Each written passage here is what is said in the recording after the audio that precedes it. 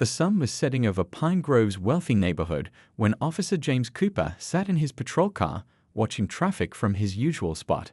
He'd been working this beat for 5 years, and he had his own way of deciding which cars to stop. His fellow officers knew about his methods, but nobody said anything. That's just how things were. A sleek black Mercedes caught his eye as it turned onto Maple Avenue. The car was pristine, probably worth more than he'd make in 3 years. But what really got his attention was the driver, a black woman in business attire. In Cooper's mind, something didn't add up. "Not in this neighborhood," he muttered, flipping on his lights and pulling out behind the Mercedes. The driver noticed immediately, signaling and pulling over smoothly. Cooper approached the car, his hand resting near his weapon. A habit he'd developed over years, though more so with certain drivers than others. "License and registration," he barked, not bothering with the usual courtesies. Through the window, he saw a woman in her mid-30s wearing a crisp navy suit. She sat perfectly straight, hands visible on the steering wheel at 10 and 2, just like they teach in driver's ed. "May I ask why I'm being stopped, officer?" Her voice was calm and professional, with the kind of confidence that came from education and authority. Cooper didn't like it one bit.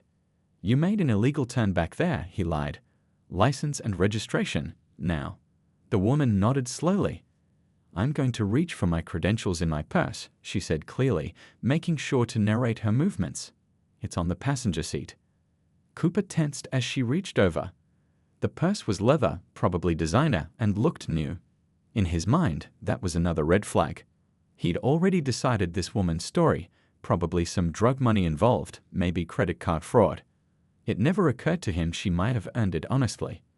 The whole scene was being captured by his body camera, though he wasn't thinking about that. He wasn't thinking about much except his suspicions, built up over years of letting prejudice mask itself as experience and instinct. "Sir," the woman spoke again, still maintaining that irritating composure, "I think you should know that I'm a federal." "Step out of the vehicle." Cooper cut her off, his hand now fully on his weapon. He'd seen her reach for something in the purse, and that was all the excuse he needed. Never mind that she'd warned him first. Never mind that she'd done everything by the book. A small crowd was gathering on the sidewalk now, phones out, recording. Some recognized the woman. She bought the house on the corner just last month, but Cooper didn't know that. He didn't know she was part of the Neighborhood Watch Committee, or that she'd helped organize the community's last food drive. All he saw was what he wanted to see, and he was about to learn just how wrong his vision had been. The tension in the air was thick enough to cut with a knife. The woman's hands were still visible, her movements still slow and deliberate, but something was about to change. Not just for this traffic stop, but for the entire Pine Grove Police Department. What happened next would make headlines, spark conversations, and eventually lead to changes nobody could have predicted. But right now, it was just a cop and a driver on a quiet suburban street, with the setting sun painting everything in shades of gold and shadow. And Officer James Cooper was about to make the biggest mistake of his career. The woman stepped out of her Mercedes exactly as instructed, movements measured and calm. But Officer Cooper was past the point of noticing her cooperation. His mind was set, his judgment clouded by years of unchecked biases. "Hands where I can see them," he shouted, though her hands were already raised.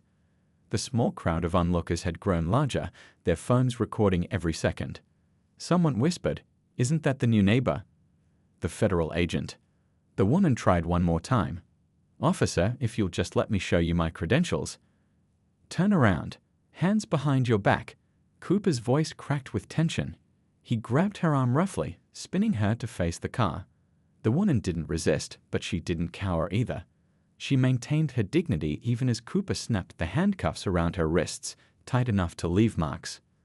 "My ID is in my purse," she said firmly. "I'm a federal agent. You're making a serious mistake." Cooper snorted. "Yeah, right, and I'm the president." He yanked her purse from the car, dropping it on the hood. "We'll just see what else you've got in here." A voice called from the crowd. "That's Agent Thompson. She lives on Oak Street," but Cooper ignored them all.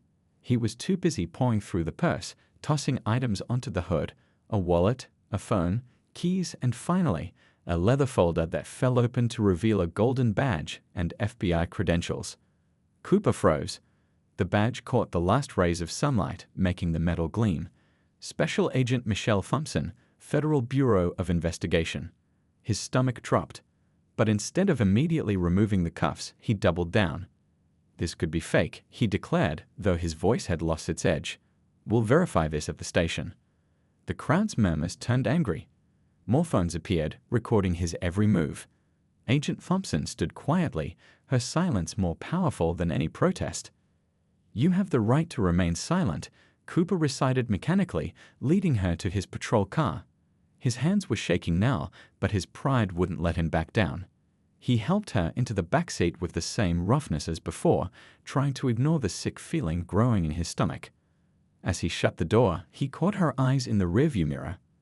There was no anger there, no fear, just a steady, knowing look that made him more uncomfortable than any threat could have.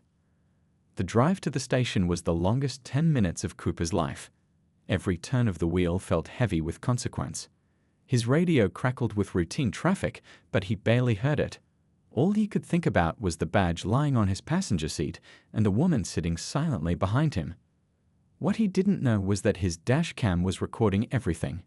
It caught every unnecessary command, every rough handling, every ignored attempt to explain. Most importantly, it recorded the moment he saw her real credentials and chose to arrest her anyway. The sun had fully set by the time they reached the station. The night shift was just starting and the booking desk was quiet. Cooper led Agent Thompson through the doors, still handcuffed, still dignified. The desk sergeant looked up, recognition dawning on his face. Cooper, he started, what have you done? The fluorescent lights hummed overhead, harsh and unforgiving. Just like the truth that was about to come crashing down on Officer James Cooper's career and change everything he thought he knew about himself. The booking area fell silent as Officer Cooper led Agent Thompson through the doors. Officer Chen, working the front desk, immediately recognized her. She'd given a lecture at their precinct just last month about federal and local cooperation. Get these cuffs off her right now. The booming voice belonged to Captain Richards, who'd just walked in. His face was a storm cloud of anger and disbelief. Cooper fumbled with the keys, his hands trembling as he released the handcuffs. Agent Thompson rolled her shoulders, rubbing her wrists where the cuffs have left marks. The captain's face softened as he turned to her. Agent Thompson, I can't begin to tell you how sorry we are. Save it for the formal apology, she cut in smoothly. Right now, I'd like my belongings back and Officer Cooper's body camera footage secured. Her tone was professional, but there was steel beneath it. The captain nodded quickly. Chen, get her things. Cooper, my office. Now, he turned back to Agent Thompson. Would you like to make a formal complaint? The whole room held its breath waiting. Videos of the arrest were already spreading online. Phones had been ringing non-stop with calls from local news stations. This could destroy the department's community relations for years. Actually, Agent Thompson said, straightening her jacket, I have something else in mind. Cooper stood in the corner, looking like he wanted to disappear into the wall. His face had gone from red to pale as the reality of his situation sank in. 15 years on the force, and it could all end because he couldn't see past his own prejudices. Officer Chen returned with Agent Thompson's belongings.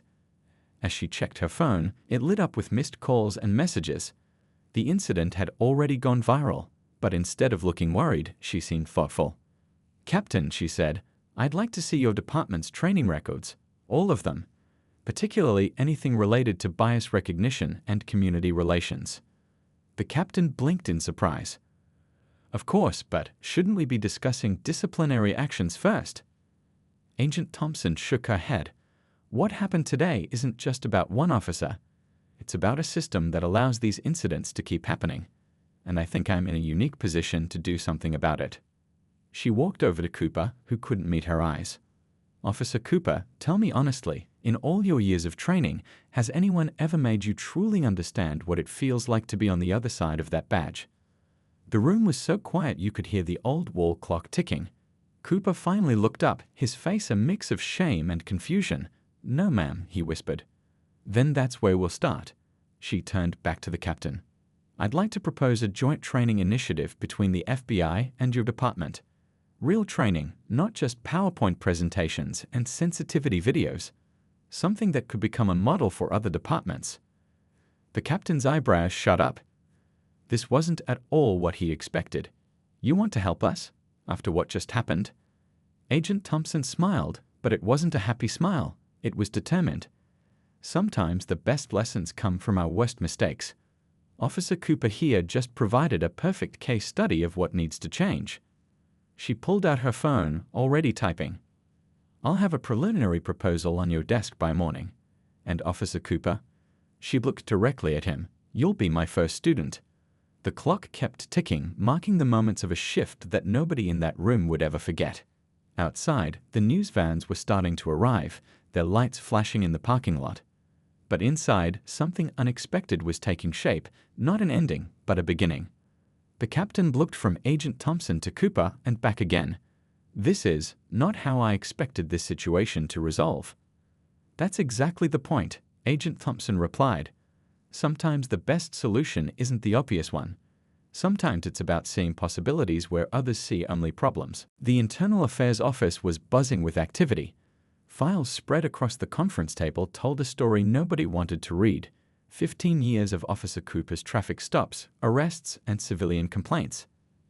Agent Thompson sat at the head of the table, studying each paper carefully.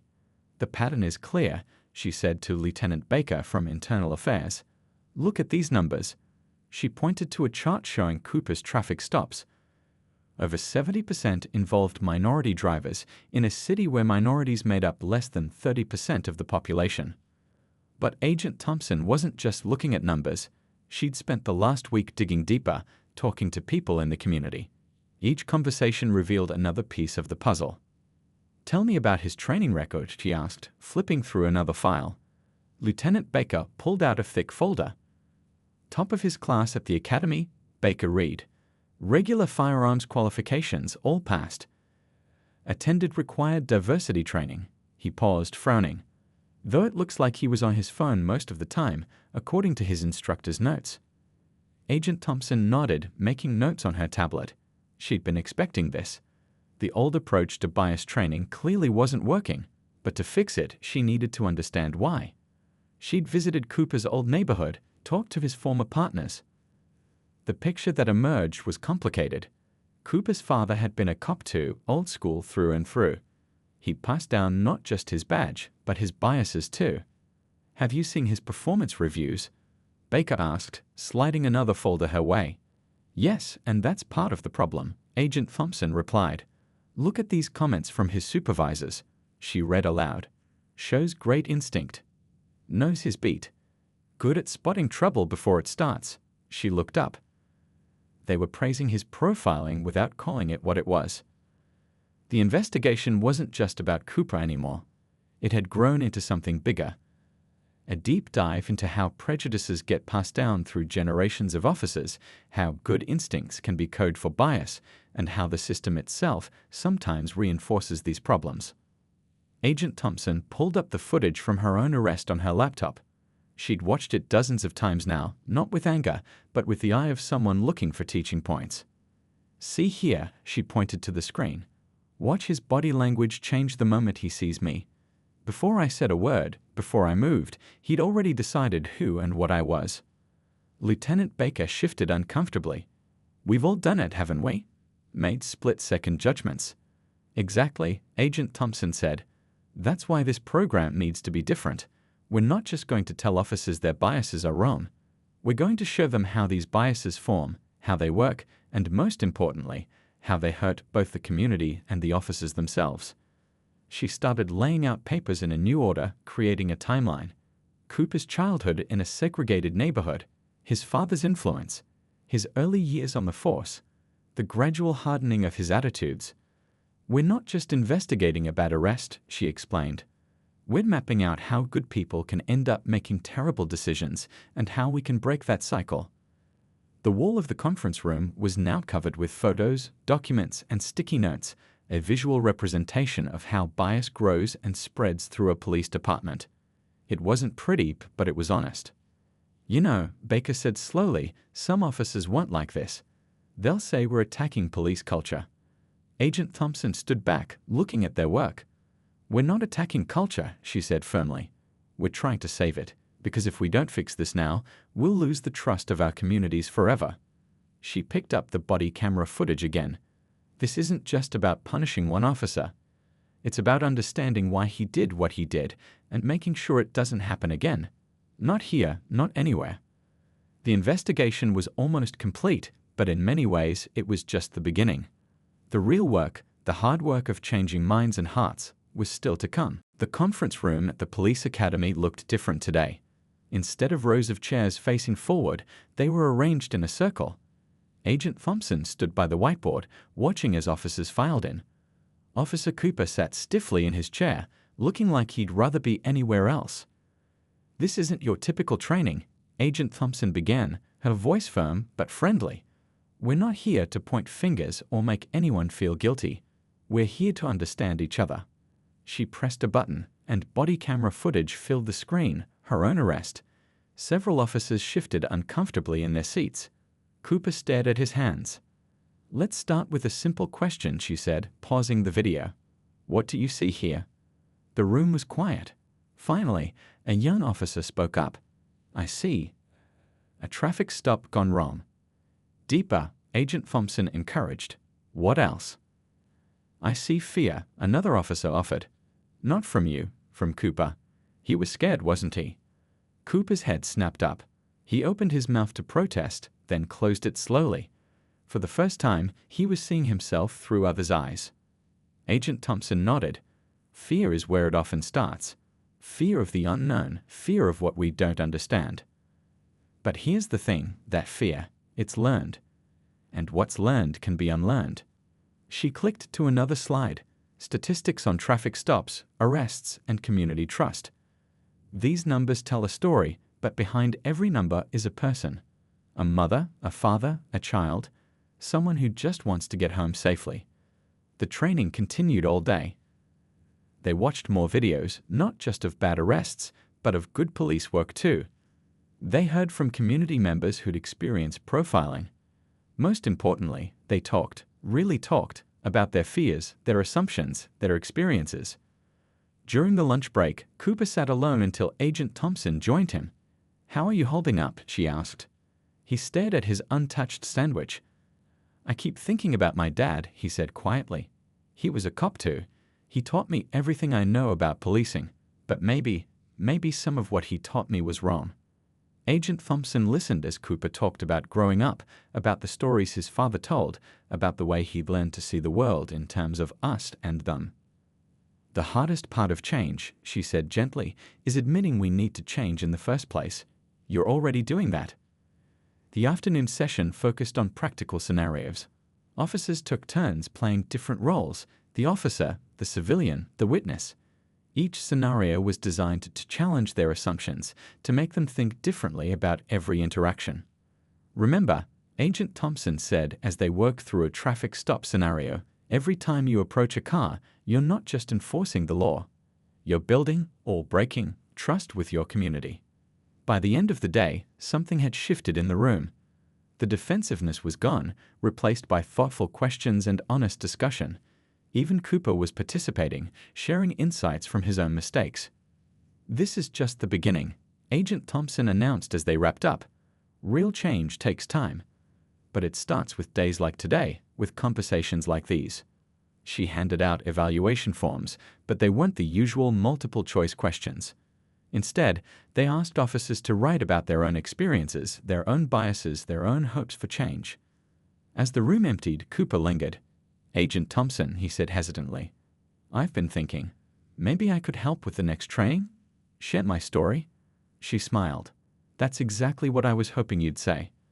Looking around the empty room, at the circle of chairs, the notes on the whiteboard, the coffee cups and crumpled papers, Agent Thompson felt a spark of hope. Change was possible. It wouldn't be easy, and it wouldn't happen overnight, but it was possible. 6 months had passed since that fateful traffic stop. Officer Cooper stood before a new group of officers, his uniform pressed, his badge catching the fluorescent light. But something was different about him, the way he carried himself, the softness in his eyes, the humility in his voice. "I was wrong," he began, looking around the room. "For 15 years, I thought I was doing good police work. I called it instinct. experience. But I was just hiding my prejudice behind a badge. The room was silent. Behind him, Agent Thompson watched with quiet approval. This was Cooper's third time sharing his story, and each time it got stronger, more honest. When I pulled over Agent Thompson that day, I didn't see a federal agent. I didn't see a homeowner, a community leader, or even just a person. I saw what I wanted to see, what I'd been trained to see by years of unchecked bias. He played the body camera footage, but now he provided commentary, pointing out every moment where his prejudice showed through, every opportunity he'd missed to do things differently. "Watch my hand here," he said, freezing the frame. "See how it's already on my weapon?" She hadn't done anything threatening. She was following every procedure perfectly. But in my mind, I'd already decided she was dangerous. A young officer raised her hand. "But how do you balance safety with fairness? We still need to be careful, right?" Cooper nodded. "That's the million-dollar question. And here's what I've learned. Real police work, good police work, isn't about assuming the worst in people. It's about staying alert while staying human." He clicked to the next slide. A photo of himself with community members at a recent neighborhood cookout. "These are the same people I used to view with suspicion. Now they're my partners in keeping our community safe." Agent Thompson stepped forward. Officer Cooper's journey isn't unique. Many officers struggle with inherited biases. The difference is, he's chosen to face them head-on. Cooper shared stories from his recent patrols, how he'd started seeing his community differently, how he'd learned to listen more and assume less. He talked about the tough conversations he'd had with his father about breaking cycles of prejudice that had been passed down through generations. "The hardest part," he admitted, "was telling my dad I couldn't be the kind of cop he wanted me to be anymore. That some of the things he taught me were wrong. We didn't speak for 2 months after that." He paused, taking a deep breath. "But last week, my dad came to one of these training sessions. He sat right there in the back row. And afterward, you know what he said? He said he was proud of me. Proud that I was brave enough to change." The afternoon session moved into practical exercises. Cooper worked alongside Agent Thompson, showing officers new ways to approach traffic stops, new ways to build trust instead of fear. "Every interaction is a choice," he explained, demonstrating a calm, respectful approach to a simulated stop.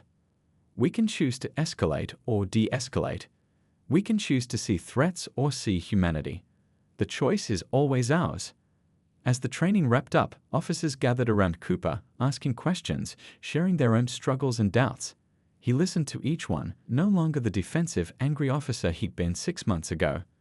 Agent Thompson watched from the doorway, a small smile on her face. This was what real change looked like, not forced, not fake, but growing from within, one officer at a time. 1 year after the traffic stop that changed everything, the Pine Grove Police Department's community room was packed. News cameras lined the back wall, capturing a moment nobody could have predicted. Officer Cooper and Agent Thompson stood side by side at the podium, facing a room full of police officers, community members, and representatives from departments across the state.